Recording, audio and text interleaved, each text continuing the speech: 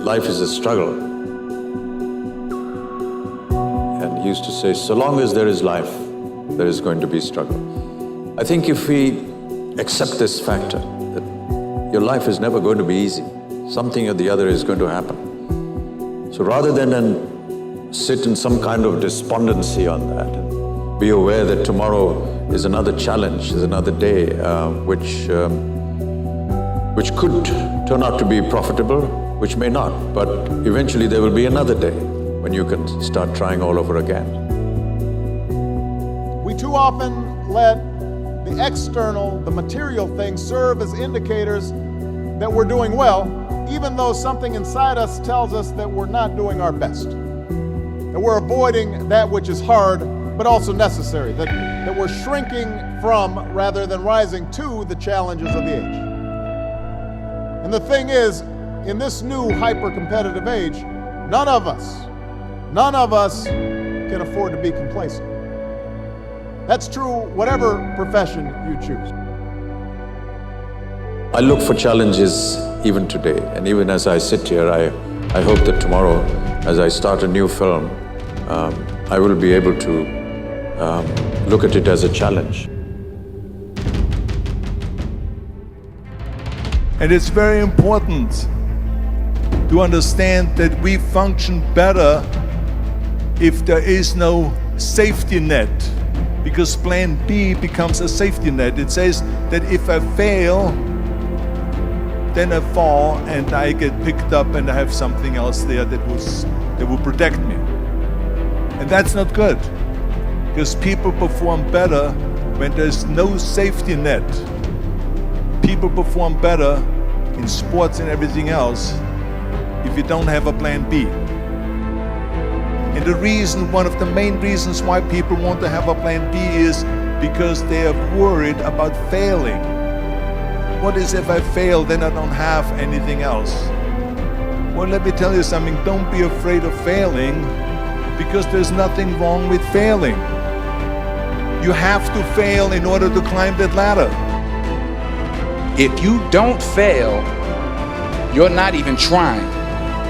Reggie Jackson struck out 2,600 times in his career, the most in the history of baseball. But you don't hear about the strikeouts. People remember the home runs. Fall forward. Thomas Edison conducted 1,000 failed experiments. Did you know that? I didn't know that. Because the 1,001st was the light bulb. Fall forward. Every failed experiment is one step closer to success. To get something you never had, you have to do something you never did. And you won't necessarily succeed at everything the first time you try. That's okay. Some of the most successful people in the world are the ones who've had the most failures. J.K. Rowling, who wrote Harry Potter. Her first Harry Potter book was rejected 12 times before it was finally published. Michael Jordan was cut from his high school basketball team. He lost hundreds of games and missed thousands of shots during his career. But he once said, I have failed over and over and over again in my life, and that's why I succeed. These people succeeded because they understood that you can't let your failures define you. You have to let your failures teach you. You have to let them show you what to do differently the next time. Every day is a new challenge, right? Every day is a challenge, is a day that we can prepare ourselves even more. So for us, we would call it putting money into the bank. So at the end of the year, when we had a major international competition, we could withdraw that money that we had saved throughout the year. And look, I'll be the first one to tell you, there were a lot of days where I did not want to get out of bed. But if you have those little small goals, those little small things that get you excited when you don't want to, it's going to make it even better and even easier at the end when you're getting ready for a presentation or the end of the year or this or that, whatever event you're leading up to. It's going to make it so much easier. And I think if you look at the greats in anything, in any walk of life, The greats do things when they don't always want to. And that's the separation. For me, that's what I've found. Because I can sure as hell tell you that there were days where I hated my coach. There were days where we got in fights, we got in arguments, we couldn't stand what we were doing.